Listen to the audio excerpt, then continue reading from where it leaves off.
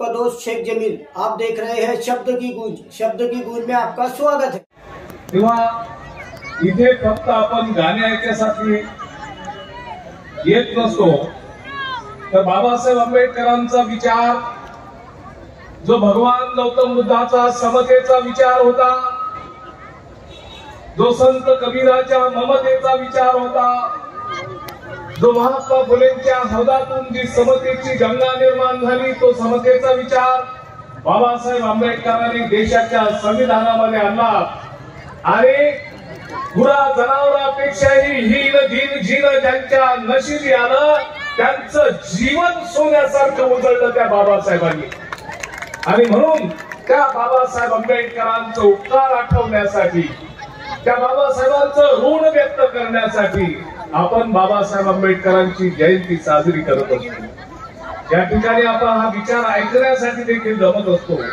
आज एक विचार आपण आणखी घेतला पाहिजे की बाबासाहेबांच्या मुळे घेतो तो श्वास आणि खातो तो घास हा बाबासाहेबांमुळेच आहे। आमचं सर्वस्व बाबासाहेबांमुळे आहे। आणि म्हणून बाबासाहेबांनी जे जे आम्हाला सांगितलं ते सगळं करण्याचा संकल्प करणे म्हणजे बाबासाहेबांची, महात्मा फुलेंची जयंती साजरी करणे आहे।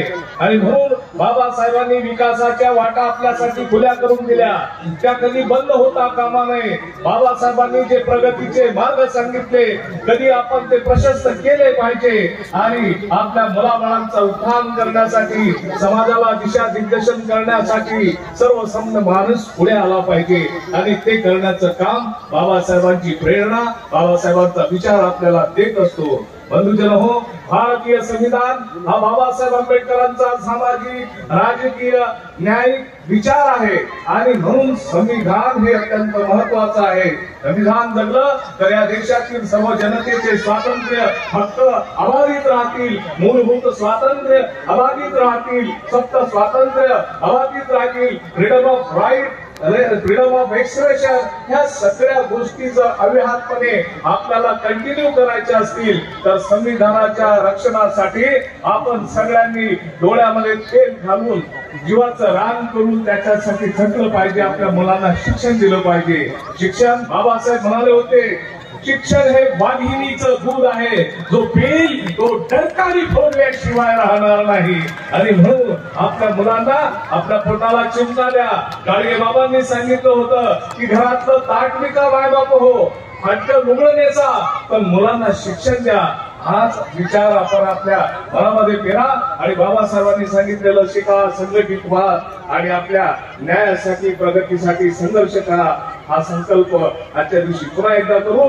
मी आपल्या सर्वांना महात्मा ज्योतिबा फुले आणि बाबासाहेब आंबेडकरांच्या जयंतीच्या शुभेच्छा देतो। आपण सगळे आलात। आपण आता भीमगीतांच्या आनंद घेऊया। सुरुतीताई जैन या ठिकाणी फार चांगला कवन सादर करणार आहे, भीमगीत सादर करणार आहे, ते आपण शांततेने ऐकूया। आपलं सगळ्यांचं पुन्हा या ठिकाणी स्वागत करतो आणि थांबतो। जय भीम। जोपर्यंत तुम्ही जोराने जय भीम नाही म्हणत, मी थांबणार नाही। जय भीम, जय जय जय जय जय भीम,